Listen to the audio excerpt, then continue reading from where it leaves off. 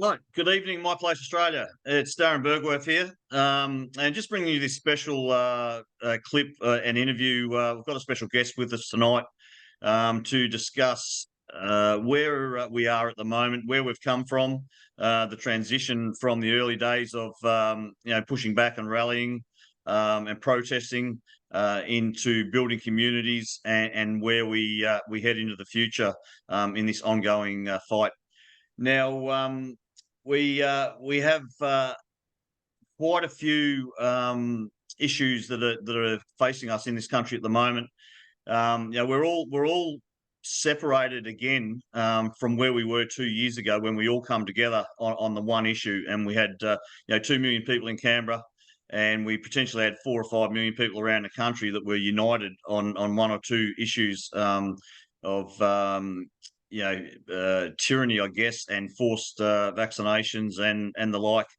And we find ourselves, we've transitioned away from that, and people have gone back into the matrix, and now we find ourselves separated again on lots of different issues that different groups believe are more important than the other. And we've got obviously the voice to Parliament is one major issue.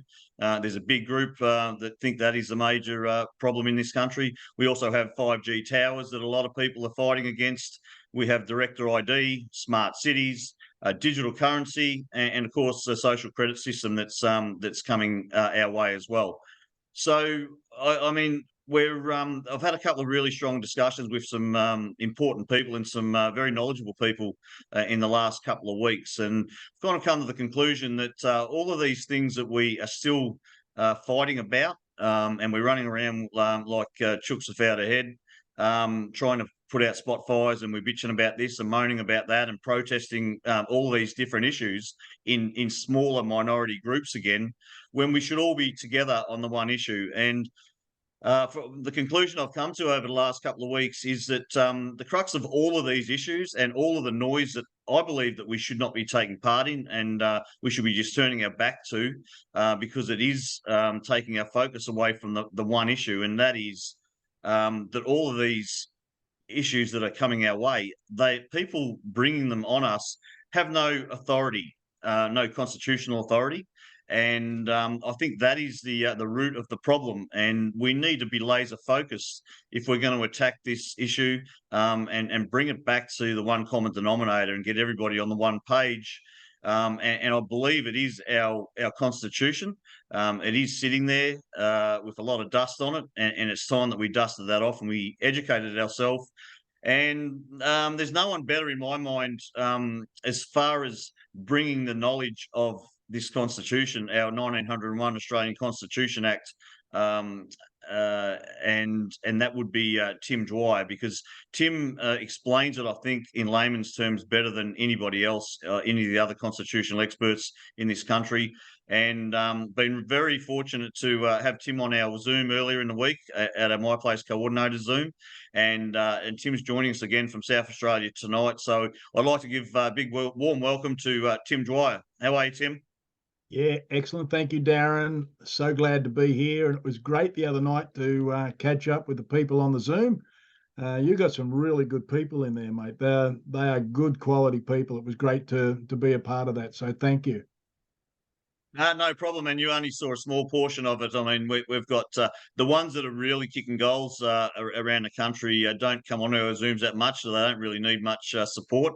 And in fact, we go to them as consultants on a lot of things as well. So we do have some really intelligent, creative people all around the country in the 160 My Place communities we've got now. So yeah, that was a very, very small portion, but they all welcomed you, and everyone loves listening to you and the way you explain things. So I guess what I would be asking from you is, there's a lot of talk at the moment that I hear in social media regarding the American Constitution, and some people believe that that's a better constitution than ours. Um, I've heard reports that ours is stronger than the American one, and I thought I'd like to get your opinion on just what makes our constitution better than the American one, and how we can get this back. Yes, look, there is a lot of talk out there of, constitution conventions and this, that, and everything else. However, let's have a look at our Constitution. Sorry about the little dingly thing there on the computer. Our Constitution came about in 1900. The American Constitution came about in the 1700s. Our Constitution being an actual an act of the British Parliament brings with it, firstly, Magna Carta. And the concept and strength of Magna Carta through the Commonwealth and the common law countries of the world is unprecedented. Secondly, what comes with our Constitution is the English Bill of Rights, because our Constitution is an act of the British Parliament. And so we have Magna Carta, the English Bill of Rights, and then to make sure that this Constitution was a good Constitution, a strong Constitution, not for the benefit of the politicians or the parliamentarians, but for the people of the Commonwealth, they looked at all the other constitutions, and it shows you in the Quick and Garran version of the Constitution. It explains up the front of it the history of how it came about and what actual court cases through the United Kingdom, the US and Canada and Europe that they looked at. They took the different aspects out of the American Constitution to put into our Constitution, as they did with the Canadian Constitution, as they've done with some of the European constitutions, of which I think it's the Swedish Constitution where we get our concept of referenda from. And so when we look at this, a lot of people go on about, well, the Americans have got the right to bear arms. Well, yeah, they do. And as I mentioned to you earlier, that it is that right to bear arms that makes America an unbeatable foe, simply because there's 200 million people who have guns and know how to use them. So there's no army that's going to come against them. However, in our circumstances, where we find ourselves today, as you rightly pointed out, guns are not much value to us when they're using vaccines and airborne bacteria or whatever they're using. You can't shoot it. So here, our Constitution, it starts off with, whereas the people of New South Wales, South Australia, Tasmania, all that stuff, humbly relying on the blessings of Almighty God, we agreed to unite in one indissoluble Commonwealth. So let's look at this. The people. It's not, they didn't give the power to the Parliament. They didn't give the power to the Governor General. The power does not reside with the Queen, nor does the power reside with the Prime Minister, much to his disgust.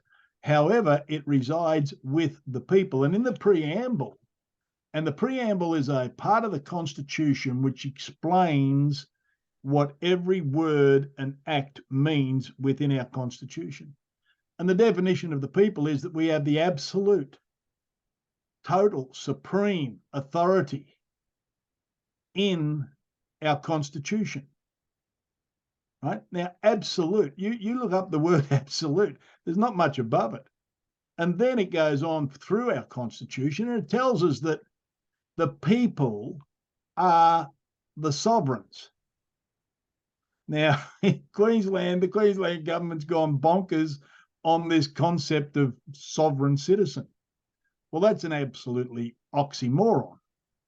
You see, we, the people, are the sovereign. We're a quasi-sovereign within our Constitution. And the word sovereign means supreme, right? Now, the word citizen means subservient of government. So for anybody to claim to be or claim somebody is a sovereign citizen has little or no understanding of the English language, therefore could be considered dumb, because you cannot be a sovereign citizen. It is an absolute oxymoron, and I would say more moron than oxy. But anyway, so our Constitution, which, by the way, was made unlawful to teach in schools since 1978. Wonder why? Because it tells the people that they have the authority. It tells the people what the governments can be controlled with and by. And if you don't know the authority and the power you have, you can't use it. And that's exactly what's happened to this nation. And in that wonderful book you just held up, and I have a downloaded copy of the Constitution, and it's nowhere near as thick as that. So um, I believe that in that it explains that the people are the ones that would call a referendum on an issue that they saw fit, not the government or the politicians. Is that correct? People are to go to the states with an issue and ask for a referendum. Now, in this, the fact is that we have now in front of us a supposed referendum that's coming at us. And like other referendums before it, it's been driven out of the political parties. I'll give you an example. The 1988 referendum to establish and for the continuance of local government. Now, let's have a look at this. Historically, all the states had councils, local councils, district councils.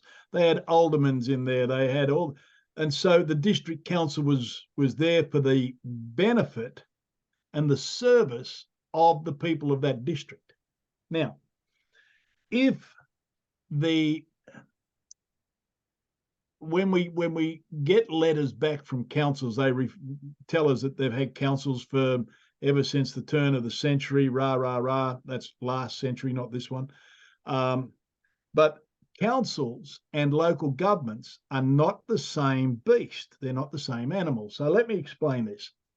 Yes, we've had councils, but since 1986, when Bob Hawke unlawfully introduced the Australia Act, that then wiped out everything behind it, being councils of all the states.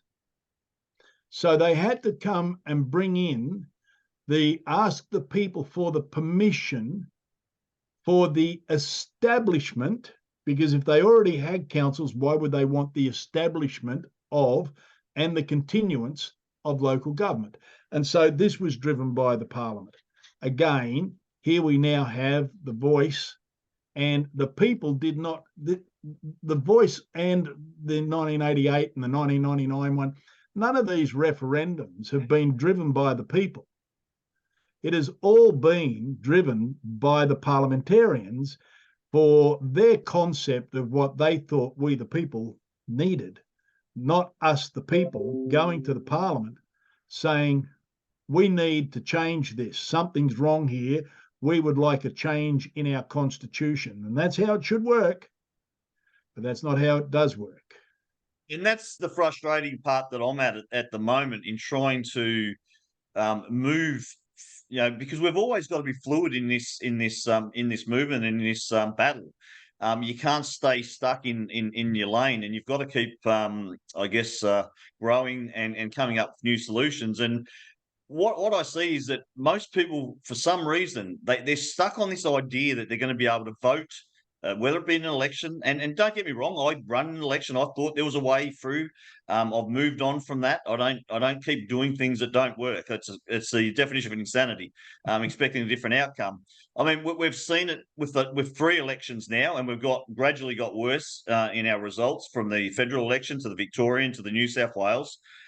We've looked back and we've seen the 88 referendum where we voted not to allow local government or third tier of government to be implemented or continued.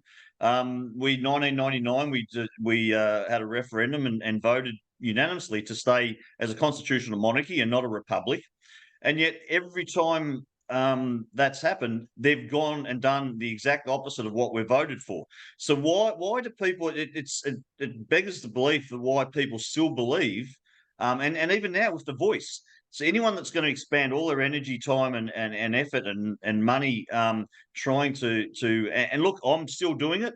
It is part of everyone is doing that, and we believe that is a way to go forward. But when are we all going to come to the same conclusion that we've just got to forget about all the noise, and it doesn't matter what you vote for. Albert Sleazy's already said he's going to bring it in anyway. He's going to put it into Parliament.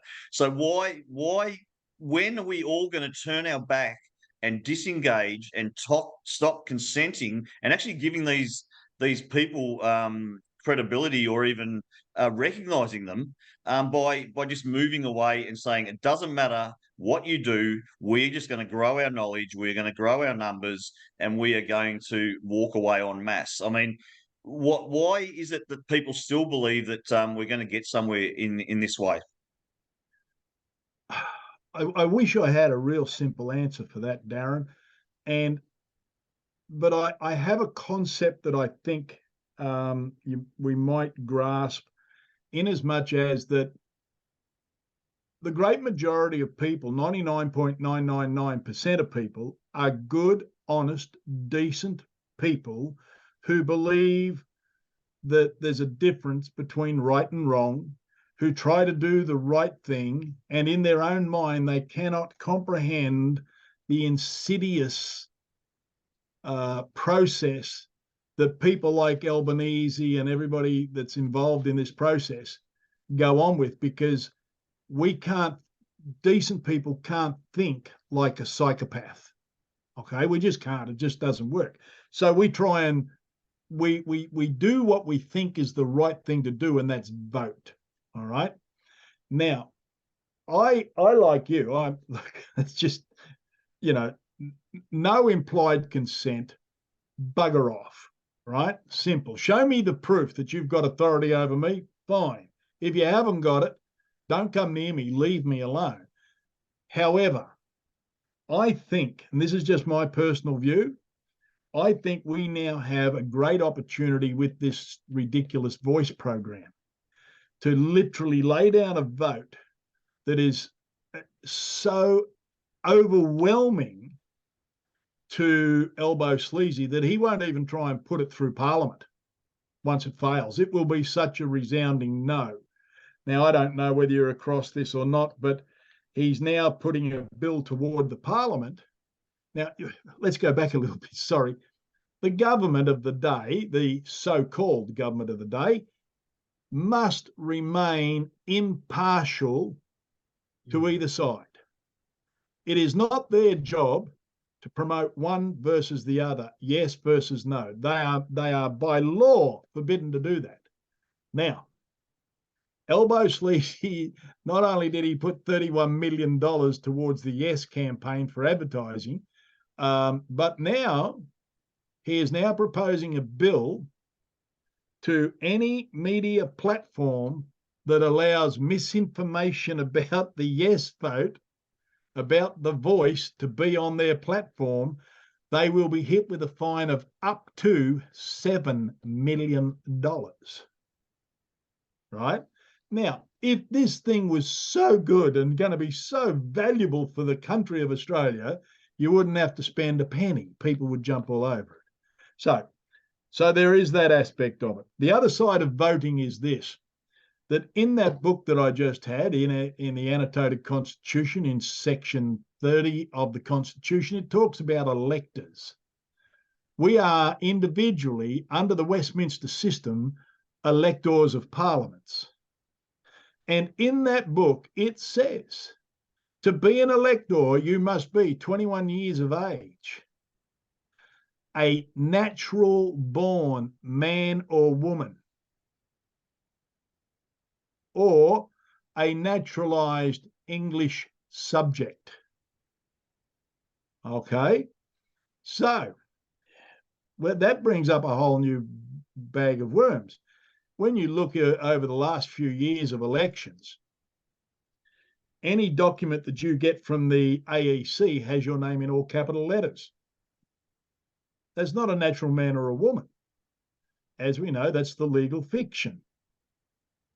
That's no different than your company details hanging on the wall in your office. Mm-hmm. Now, your company cannot cast a vote. Why? Because it does not have the capacity of thought. It doesn't have a conscience. It cannot make a choice. Only a natural born man or woman can do that.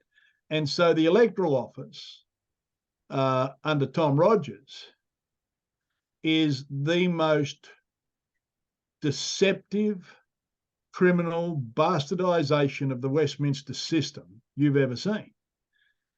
Now, you can go and vote, but you're only creating a joinder between you and the corporate body called the Australian Parliament. And so you're not actually voting at all. They can do whatever they like with that. That's their property once you do it. It's not a natural man or a woman casting a vote. And this is where, again, our Constitution comes back. If we were to operate lawfully under our Constitution, yes, things would be different, but we don't. With the concept of walking away, as you know, we've run a program called No Lawful Oath, No Lawful Consent, withdraw all implied consent. And the people said no. Now, in doing this, it is hitting a nerve. We've got some funny responses back from different aspects of local government, because that's our target market at the moment. And they don't touch, in their responses, they don't touch any of the High Court references. They do not touch the implied consent reference, and they'll jump all over the Local Government Act and all that sort of stuff. That's their go-to place. But I believe, and this is me speaking only as one, a simple individual, I believe that what this country should do is, as you mentioned in your introduction, there are 10,000 different bushfires out there. And everybody's focusing on their bushfire, and that's fine. That's fine. However, you've got to understand that there's a place in Canberra called Parliament House. And within that, there's where the crazy bastards are with the boxes of matches lighting all these fires. We have to put down the people who are lighting the bushfires. We've got to take the boxes of matches away from them. And in doing that, we need to help people grasp the concept that, firstly, they are only a corporation. They are only a corporation. They sound like government, they look like government, they act like government, they have the media on their side. However, they are only a corporation, and therefore their rules within that corporation only apply to the employees of that corporation. No different than McDonald's, Hungry Jack's, or Bob Jane T-Mart. You can walk past Bob Jane T-Mart, and the contract of employment of the people working there do not apply to you because you're just walking past. The contract that these people have in Canberra, literally by law, only apply to their employees, not to you and I. So what about if we looked at a concept where we said, okay, no implied consent.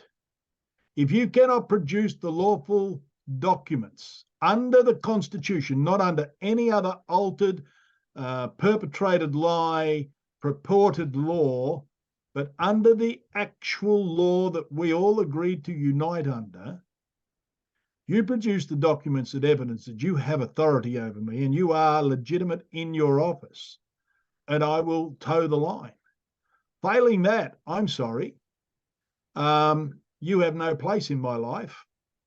And this applies to every aspect of government. Now, let me qualify this. Well, sorry, just to interrupt for a second there, Tim, just to get back on the Constitution and that original contract, whereas the people, in that preamble, it basically that is a contract between the people and the Crown and Almighty God. So that contract cannot be broken. It cannot be changed. There's only one way that contract can be ever changed, and that is with a referendum called by the people. Now, when did this Constitution start to go pear-shaped? And there were changes. I know there were changes that happened with a referendum. And there's been many changes, and I'm not too sure when, but I know it's before 1973 that all of this started to unravel. When did they really start to? And the treason word that everybody's talking about, Some people are, saying that there's no treason and treason's this and treason's that. What's your take on where the first block was taken out, and was that a treasonous act, and what proceeded after that? Okay, boy, they're big questions.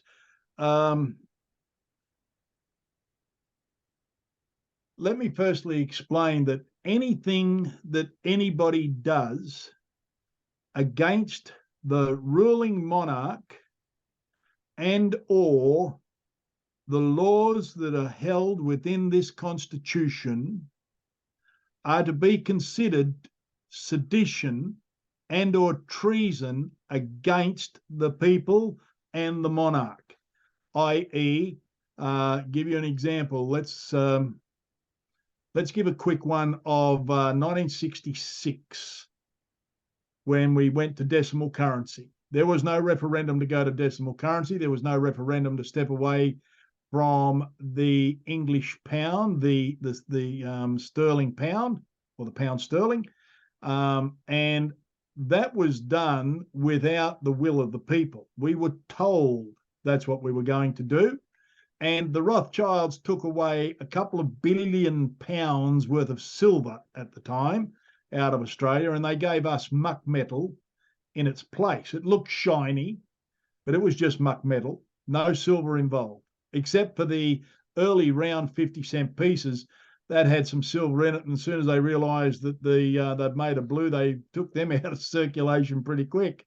So in 1966, now the Clearfield Doctrine clearly states that when a government takes on commercial paper, i.e. privately owned money, it loses all capacity to govern at law, and it can never, ever return to government. So that was in 66. But let's go back further. Let's go back to the end of the First World War with the signing of the treaty. Australia gave such a sacrifice. Of the Commonwealth countries, no country had ever suffered per head of capita more death and mayhem than Australia did in the First World War. And at the signing of the surrender of the peace treaty, England gave Australia the privilege of signing as an independent nation. Right? Now, that was given to Australia. Now, Australia then signed the peace treaty. We're a signatory to the peace treaty as an independent nation.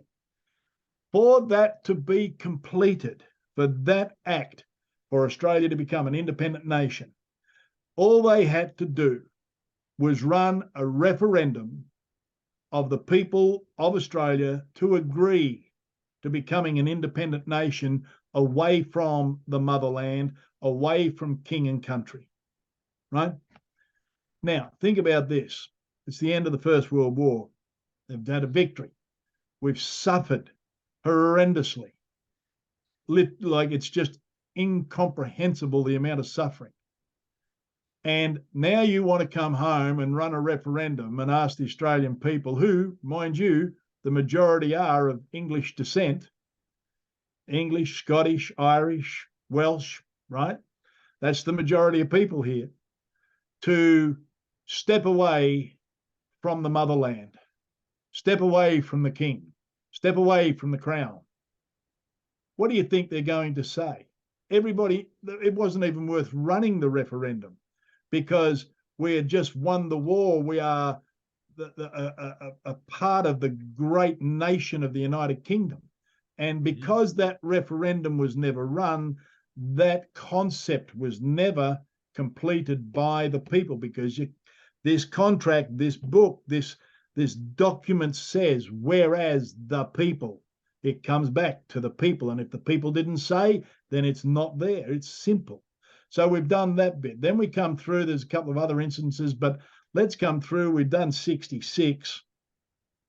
Let's come through to our dear old friend Gough Whitlam, not Goof Watlam. I keep getting him muxed up. Just back on, was 1960 the Royal Styles and Titles Act? Was that an issue as well? In 1960, Because I believe we haven't had a governor general that's been assented to in the correct manner since 1960. Yes, that's correct. Now, it took the signet out of the Royal Styles and Titles Act, and it, without going back looking at my documents, I'll go with 1960. Gough formalised it in 1973, I think it was. And a lot of people these days, our dear friend Serene Tefaha is saying that, you know, the Constitution wasn't changed by Gough Whitlam in 1973. She's right. He changed the Royal Styles and Titles Act, and they carry on about having the Queen's signature on the document, right? Now, when the Queen signs the front page of a document, she is acknowledging that she has seen the document. She's not given royal assent to the document. Now, that document that's been bandied around recently on the internet with Her Majesty's signature on the front page, which is the alteration of the Royal Styles and Titles Act by Gough Whitlam, and without the signet, when you look at the end page, for any contract, for any document to be lawful, we have to have our signatures or our autographs at the end point. Mm-hmm. So as we've read it all, we've agreed to it all, and yes, we'll sign off on that.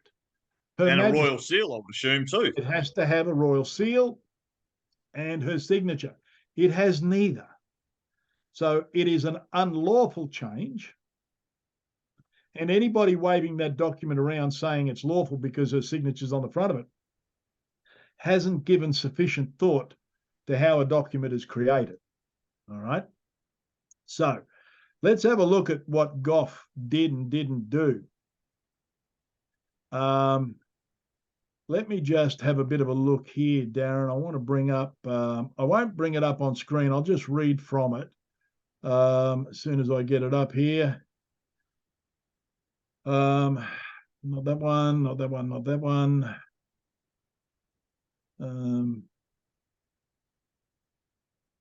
Gosh, where did I go with it?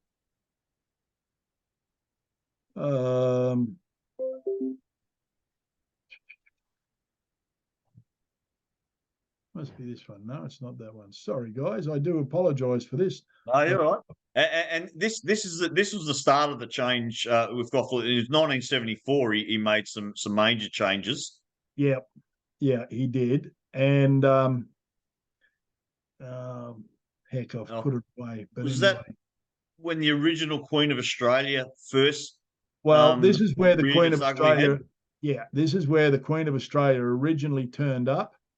Yep. Was in the in 1974 with Gough, and Gough Whitlam is the signatory to the Queen of Australia, and they had some bills made up, and they eventually got it through under the Australia Act to take Her Majesty out of the Constitution, being the Queen. They took the people out of the Constitution. They took the authority of the Governor-General out of the Constitution, and they replaced the United Kingdom with Australia. They took Her Majesty's Most Supreme Majesty out and replaced her with the Queen of Australia. They took the United Kingdom and succession laws out and replaced it with Australia. So we had the Queen of Australia, which so they used the term Queen Elizabeth II, Queen of Australia, and her other territories. Now it sounds about all of those issues, all one after the other. Is that not treason? Oh, absolutely, absolutely. Yep, absolutely. Without a referendum, without consulting the people, just to try. Here's something you've got to understand: to bring up the actual concept of Australia to become a republic, and to make any step forward in that direction is treason. Is treason. And don't forget, Albanese has a minister for the Republic. Now, so the minister or a director? Beg your pardon? A minister or a director? No, well, he's a director of the company, but they call him the minister for the assistant minister for a republic. Now, that in itself, against our constitution, is pure treason. Pure treason. The 44 changes to the constitution without any referendum. The minute you try and take the monarch out, the minute you take God out of the Constitution, the minute you take the United Kingdom out, the minute you take out the appeal to the Privy Council, that's treason. And Whitlam, Hawke. Now, don't get me wrong, I'm not picking on Labor, because all the Liberal prime ministers, they all just went along. They just carried it on. And again, this was done over a period of time. It's gradualism. It's let's just drop it in there. Let's just let the seed grow. We'll use these words. People will become used to it. It'll sound about right. Cook the frog, put him in a pot of cold water and slowly warm it up. And pretty soon he can't get out of the pot. And just while we're in that area of the introduction of the Queen of Australia, fictitious character that she is, I've never seen a photo of her. At that time in 74, 75 was about the same time that the Victorian Parliament or government decided that they would usurp and do a whole new Victorian constitution, updating the 1855.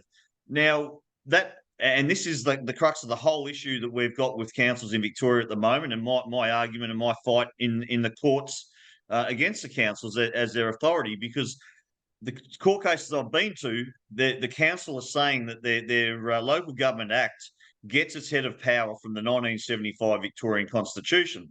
Now, when you look at the 1975 Victorian Constitution, it's assented to by the Queen of Australia. Yes. Right?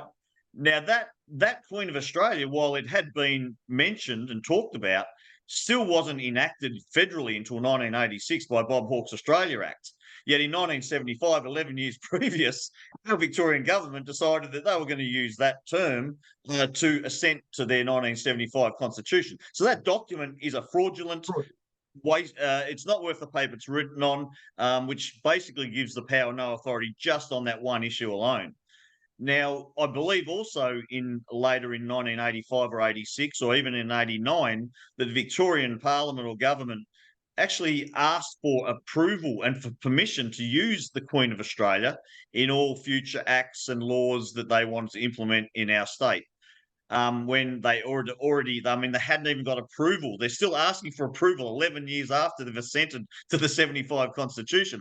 I mean, it is so blatant. And this is the kind of knowledge that the people need to understand where they stand, who they are, and the fact that these people have no lawful authority and they're all sitting in fraud. Yes, absolutely. Now, I found that document. Am I able to actually... I can either read it or I can share the screen. What would you prefer? Yeah, I'm happy to share the screen, mate. All right, let's see if I can share the screen. Just put it over my ugly mug, we'll be right. Okay, you have to let me share the screen. You've got to go up to where I am on your thing and let Tim be a host. Yep, where we do that. Go down to participants. Go on, yeah. Can't be doing that. You got that? I'll just read it. It's okay. Yeah, okay. I don't know. Yeah, I don't know what I'm doing with that one, mate. Sorry. All right. Well, yeah, I can make you host. There we go. Try that. All right. Let me see. I've still got my L plates on from this side of the screen, mate. Yeah, that's all right. Now, from the Constitutional Commission of 88. So this is when they were getting all their stuff, all their ducks lined up in a row. All right. Now, there are 44 so-called bills like these: total treason, mens rea. Now, let me explain mens rea. Most people, and me included, had no idea what mens rea was. But mens rea is the term for that of a guilty mind. They knew what they were doing was wrong. They had mens rea. They had guilty minds, right? They knew it. All right. Now, this is from the Attorney General. So let's get down here. These are the signatories to this: Professor Enid Campbell, Sir Rupert Hamer, the Honourable E.G. Whitlam, and Professor Leslie Zinns. Now, this isn't all of them. This is just a couple. I just want people to understand the concepts that these treasonous dogs have gone to deceive and to defraud the people of this beautiful country. The treasonous political parties are still trying to get the Queen of Australia recognised, as they've been using the Queen of Australia since 1973. Now, keep in mind, this is 88. An act to alter the Commonwealth of Australia Constitution Act by omitting obsolete words and so as to recognise the Queen of Australia. Be it enacted by the Parliament of the Commonwealth of Australia with the approval of the electors as required by the Constitution as follows. Now, they're saying that they had the approval of the electors as required, i.e. by referenda. There's 44 of these, and not one referendum. Lie. A total blatant lie. But that's what they do, right?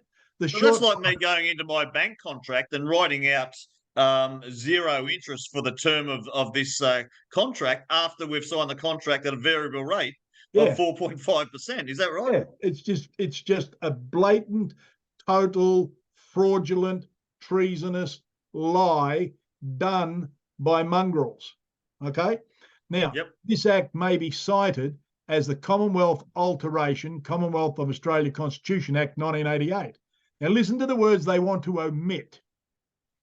The Commonwealth of Australia Constitution Act is altered by omitting the words, these are the words, be it therefore enacted by the Queen's most excellent Majesty, by and with the advice and consent of the Lord Spiritual and Temporal and Commons in this present Parliament assembled, and by the authority of the same as follows. Now, in our Constitution, that is the entire authority of the Queen.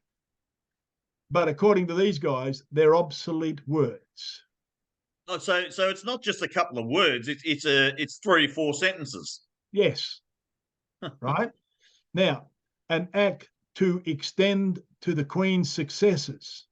Section 2 of the Commonwealth of Australia Constitution Act is altered by omitting the words the United Kingdom and substituting the word Australia. Right? Section 5 of the Commonwealth of Australia Constitution Act is altered by omitting all the words after and including and all the laws of the Commonwealth. And this is a Section 5, which relates to all the laws of the Commonwealth are binding on the judges and the courts and the people of the country. Well, they want to get rid of all that, right? Now, let's go down here a little bit. This is pretty interesting. Again, with the approval of the people, which never happened, the Constitution is altered by omitting from the schedule thereto the words of the United Kingdom of Great Britain and Ireland and substituting of Australia. And so here's where we go. It's interesting how they tell us that they need a referendum, even though they've gone and done all this behind our backs without a referendum. Considering Whitlam in 73 created the abstract Queen of Australia, this voids all acts for their enforcements void. The Australia Electoral Act of 73, void. The Australia Citizenship Act 73, void. Family Court of Australia, void. Federal Court of Australia Act 76, void. The Australian Federal Police Act, void. The High Court of Australia Act 1979, void. Because fraud viterates everything, meaning fraud wipes out everything. If you've done anything in fraud, you're done. And our entire political class, Labor, Liberal, Greens, One Nation, I don't care who they are. Unfortunately, there are some good people in there, but they're done like a dinner. It is fraud and treason. Simple. And as soon as the people realise that, they can turn their back on the whole thing and go, no, I'm done. You guys are out. We've got no confidence in you. We're not playing by your rules. You're running a corporation. You scammed us. You've taken the common, being the men and women's, wealth, being the wealth of the nation. You've stolen our common wealth and given it to all your oligarch mates and left us sitting here bloody stone muddlers broke. And that's exactly my point at the start of the show, mate. That we've really got to get on this page. This is the major thing that we need to get the knowledge into the people. And this always has been about numbers. We've known that from the start. We couldn't get the numbers on the fake pandemic. We tried to get them with their hip pocket and try to save them, get them out of fines and rates, and that didn't work. But we've at some point, people have got to recognise this as potentially the silver bullet. That this is all, and we don't need to reinvent the wheel. This is our document. We own this.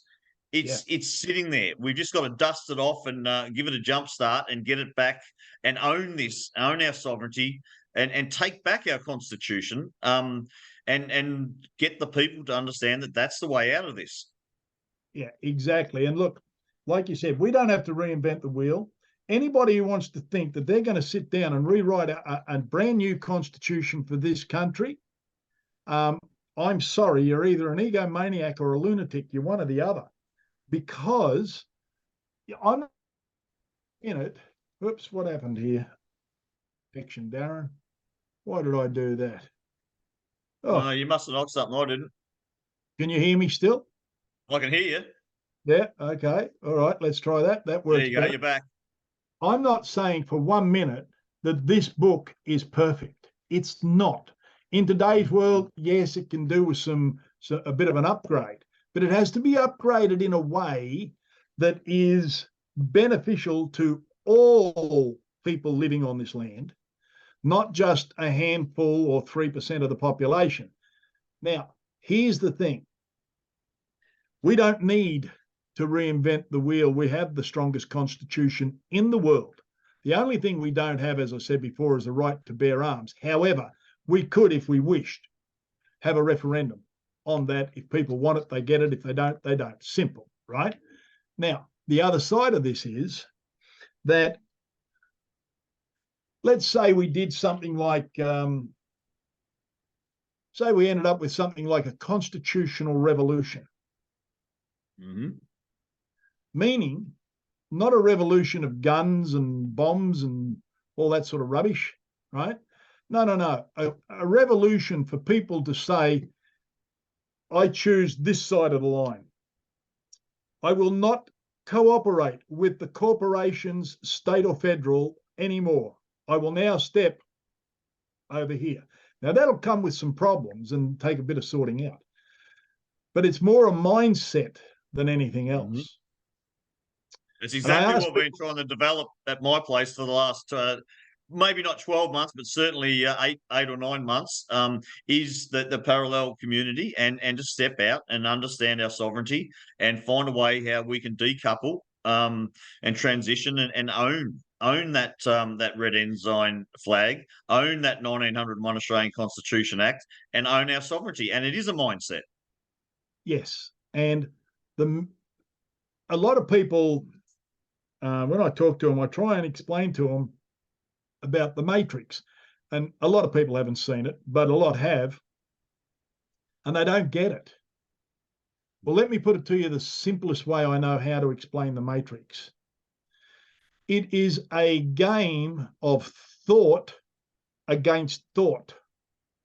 It's not a game of physical against physical.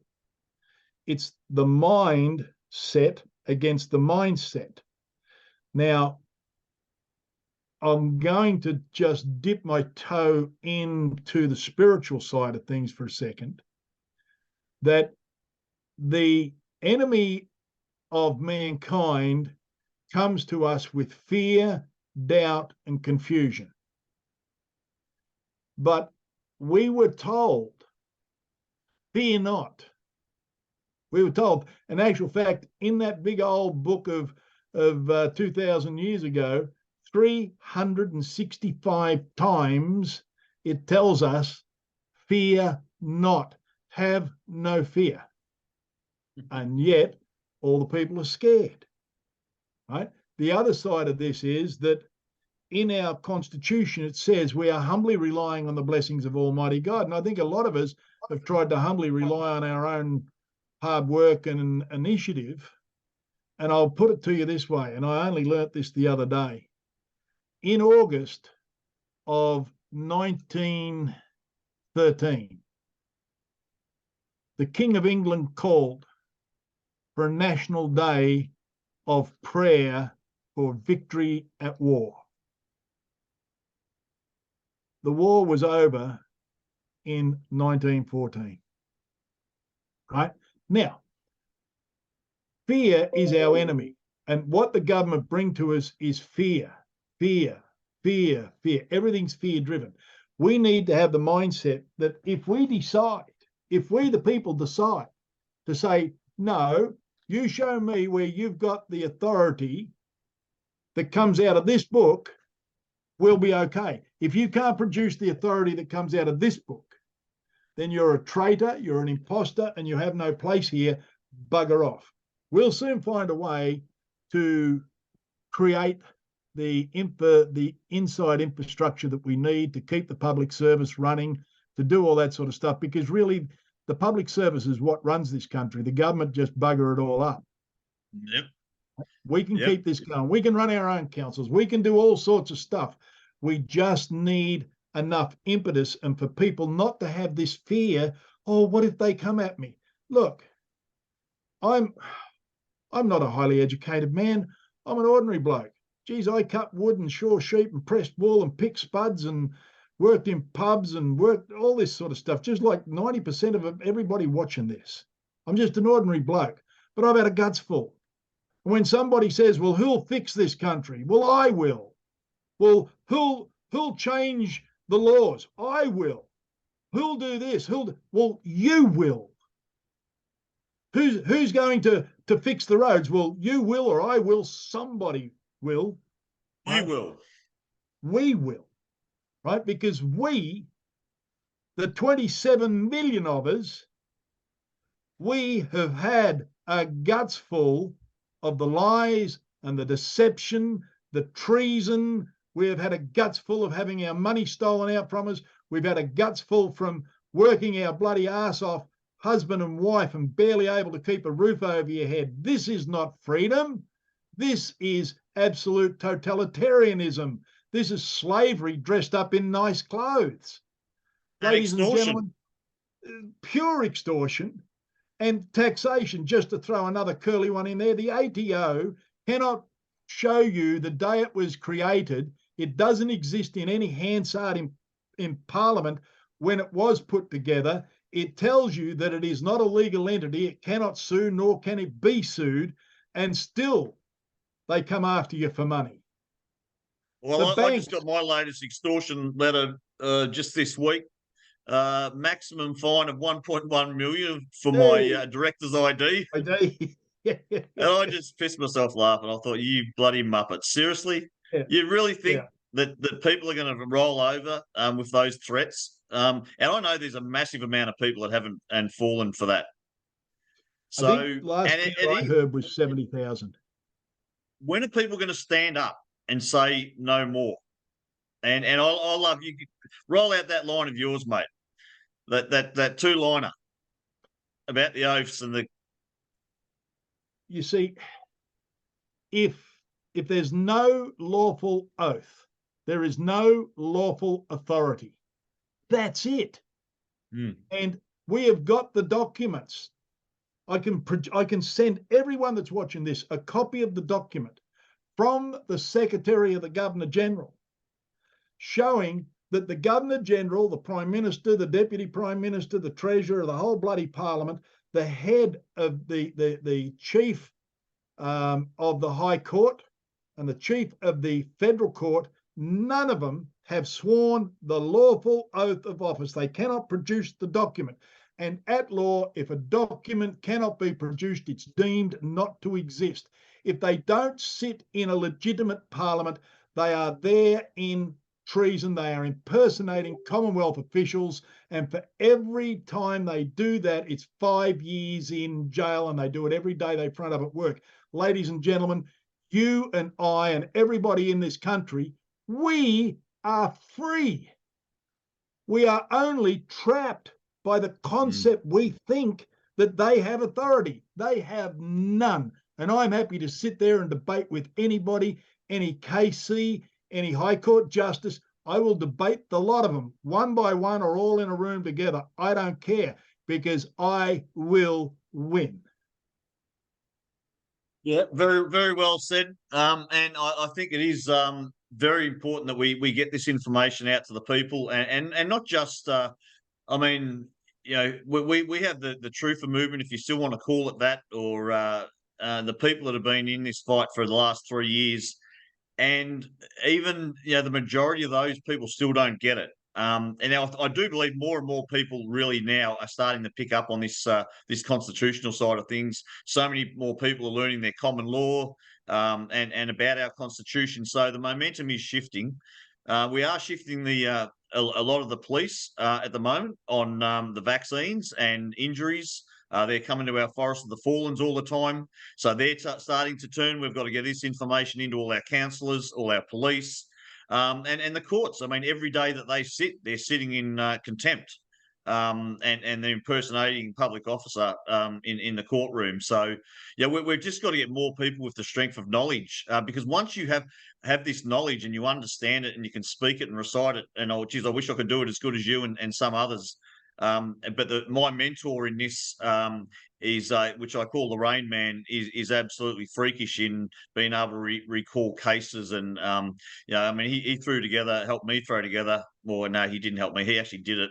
A 400-page notice of constitutional matter that was served to the Attorney Generals, and a 400-page supporting affidavit. So, I mean, there are people out there with this knowledge, and it's just everywhere. It's just, I mean, you could read for a month and not be able to get through all the case precedents and the proof and evidence that supports what we're talking about tonight.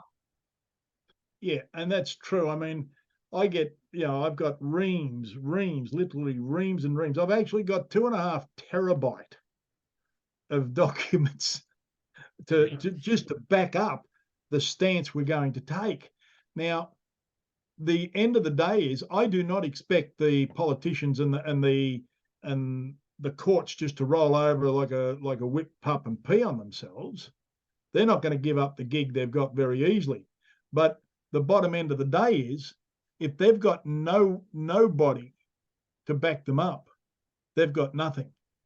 All right. And they feed off you and I. Now, there's people out there like Dick Yardley and people like that. I mean, these men are men amongst men. Wayne Glue, Dick Yardley. If I start naming names, I know I'm going to leave people out.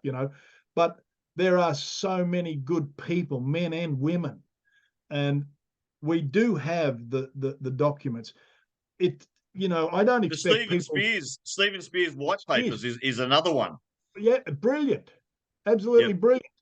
And look, I don't expect people to be able to stand up and go through Section 30 or Section 116 or whatever. But actually, Section 116, very interesting. And just on this, let me explain to you. And this is why you're talking about people having the strength of knowledge to understand that where they stand and where the government isn't. This is really interesting here. Section 116 is actual fact all about religion. But in this bit, it's talking about, it covers the entire document. It says here, the federal parliament is a legislative body capable only of exercising enumerated powers. Its powers are determined and limited by the actual grants to be found within the Constitution. Anything not granted to it is denied to it. And what is denied to it is the ability to go and change the laws, change the definitions without any respect or agreement of the people. It's denied to them. And to do it makes everything they've done since then an absolute nullity. It's null and void. It does not exist at law, where they are operating under what's called the colour of law, not actual law. You and I will stand on this Constitution with actual law. They are operating under the colour of law. And look, I'm coming over to Melbourne in a couple of weeks, and on the 12th. 12th on a Wednesday night, yes. Yep. I'll pop down to Frankston on the 12th, on the Wednesday night. And I would love to sit there and have a chat or go through some stuff with your people, answer any questions they've got. I'm going to be in, there's a common law group in Maryborough, and I'm going to be there on the 9th. I think that's the Sunday in the afternoon. And so, yeah, look, this is going to be good. Well, it is. And just touching back on, and this has been my my goal, I guess, for a little bit now, is that you've got terabytes of information, and so has a lot of other people. And look, I've got Dick Yardley's books, I've got Stephen Spear's white papers, I've got realms and realms of stuff, of information that you just don't have time to decipher and to read through it. And you know, you guys have been doing this for 20 or 30 years, and I think we need to. I mean, this has to be the most important vehicle that we have in this country at the moment, that we've got to get everybody on board with. We really need to, and I know you're doing it in certain things with letters to the local government ministers and the mayors and the councillors, which we've been very supportive in, and rolling out all of those documents that you've been developing.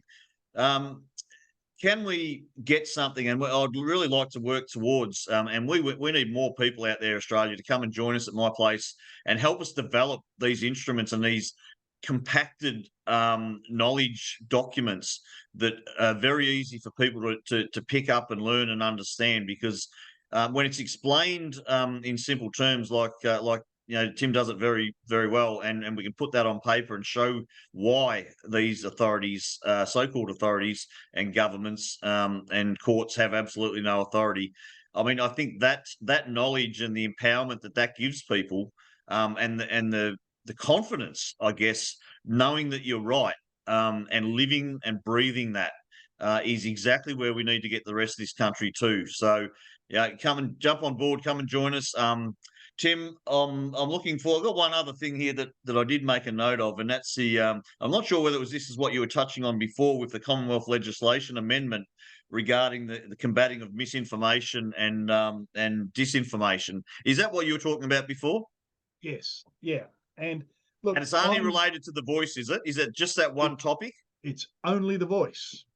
Oh, damn it. I was hoping that was across the board, because I reckon that Channel 9, 7 and 10 and probably the ABC would be shut down tomorrow if that actually came in. Yeah, as far as I know, I've looked at the introduction of the legislation, and it is targeting the voice. Now, look, if there's a referendum and the government has to shut down a dissenting voice or voices to try and encourage people to go the way the government wants it, that should ring alarm bells in people's ears and heads so loud that you would run a mile from it. Because when any government, I don't care who they are, Liberal, Labor, Bush Baptist, I don't care, right? When they try and do this stuff as they did through the COVID era, and now they're doing it in this, we have to understand it is a pattern of behavior that is tyrannical. It is dictatorial, or however you say that word, dictatorial. And it is not good for this country or the people of it, period, end of story. They are dictators. Walk away. Turn your back on the whole bloody shooting match. And just one last point, and it comes back to the last, it might not be the last referendum, but the 1999 referendum we had regarding becoming a republic, and how instrumental you were at that point, through your Amway business, to get things in letterboxes to try and turn that whole yes vote for the republic around to a no vote. Obviously, and look, I congratulate you and the great work that you did way back then. So that was awesome. But off the back of that vote of that we wanted to stay as a constitutional monarchy, less than a year later, Rob Hull's Victoria decided that he'd remove the oath of allegiance when we just voted in a referendum to stay as a constitutional monarchy, which was, I believe, an act of treason again. Yep. And hence, because Dan Andrews at that time was his chief of staff, and that's why there are pending charges in the court, lodged, stamped, accepted into the court, sitting there waiting at the moment against Dan Andrews for misprision of treason. And there's also charges against Julia Gillard back in 2007 for misprision of treason that are also still pending. So why does our judicial system, and people need to understand this, will not look at these cases against their own, and they sit there for years and years and years, where if that was us, we would have been hung out to dry and out at Port Phillip in bloody five weeks. Yep, absolutely. Here's the difficulty again to understand, and again I come back to, it's so hard for good, decent, honest, ordinary Australian people to comprehend the mindset of these psychopaths. The judiciary have sworn an oath to the Bar Guild Association. It's a superior oath, meaning it's above their public service oath. And they have sworn an oath not to do a damage to any member of the guild or any other guild. So therefore, you will not find anybody who has ever been a lawyer or a judge or whatever ever get convicted of anything. And this is why back a few years ago, a known pedophile was a federal court judge and was not prosecuted and was allowed to continue to sit in the federal court as a known pedophile, because under their superior guild oath, they are not allowed to do a damage to another. And the lawyers swear their oath, their second oath, to the court, because it is the court that gives them their license and the court that will protect them. And they are not to do a damage to the court. So you think anybody that goes into a courtroom today in this country and you think you are going to get some modicum of justice, you, my dear friend, are delusional. You are walking into a shell game where they have got the game stacked up against you, and it is not the Crown and you and the prosecution. It's the prosecution and the Crown against you. The court, the judge, the magistrate. I believe that we come in about seventh, there are about six other priorities in front of the actual person, the people that they're supposed to be representing. And that judge you're talking about, I think that might be that sleazy looking character that's on the front of that pedophile protection racket book with Scott Morrison on the front cover. That was the one I held up in the federal election campaign at the Frankston City Council's live streaming of our meeting with all the other candidates. So yeah, I know the book, I know the judge, and yeah. So, look, any last words, Tim, before we kind of wrap it up, mate? Because we've been going an hour, and I think that's about a good enough time. All right, let me put it to you this way.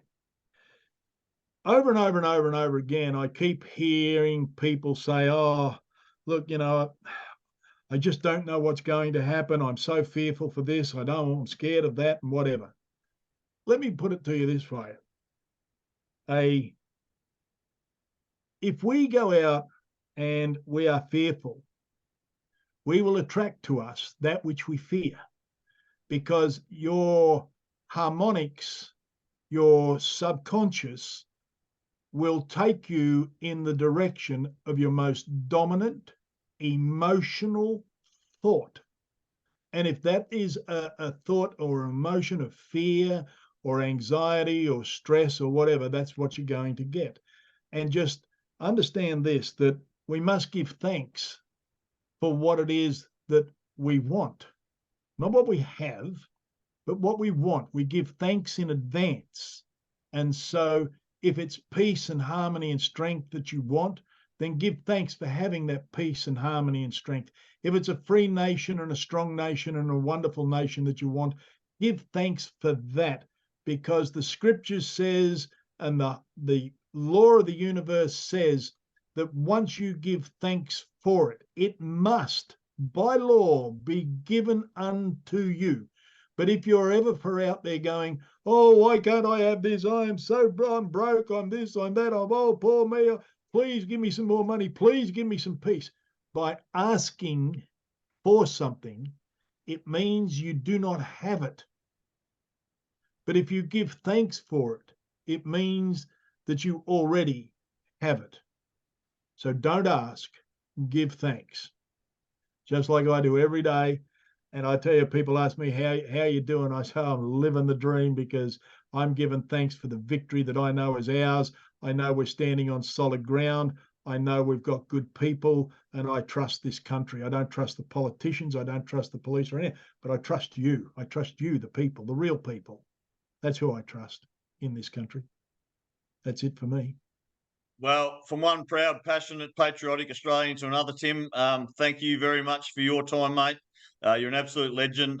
Total respect for the work that you've done and continue to do, and all the knowledge that you've created for us now to try and get a platform and join the rest of Australia to come together under one umbrella at my place and share and learn this knowledge and take our country back. Thank you. Thank you, Darren, and look, the people in the My Place organization, everywhere I go, they're everywhere. You can't get, they're everywhere, and it's an absolute credit to you and the vision that you had, and not to mention the work and the stuff you've had to go through to put this together. And one day, I hope that a thankful nation will look back and go, bloody hell, look what those old blokes did. Right? Hey, And not so much of the old, mate. well, it's me, like people say to me, well, how do you think this is going to work? I said, it's going to work one of two ways. They're going to go, wow, them old blokes actually did it, or wow, they locked all them old blokes up. Mate, I'm just basically all in. It's Me all too, in. mate. All It's in. that time of the Yep. night where you go all in. You winner takes all, and that's the attitude we've got to have. And That's all there we is, just need mate. more people to step up and have that attitude. Beautiful, mate. Thank you for your time. Thank you for the opportunity. And you know, you're a man amongst men, Darren. I know you're not there for the glory of it or anything else, but trust me, you are a man amongst men, and I'm so proud to call you a friend. Thank you. No worries. Thanks, Tim, and I'll look forward to seeing you and your lovely wife over here in another week, and we'll catch up for dinner. We will indeed. Thanks, Darren. All right, cheers. Good night. Good night.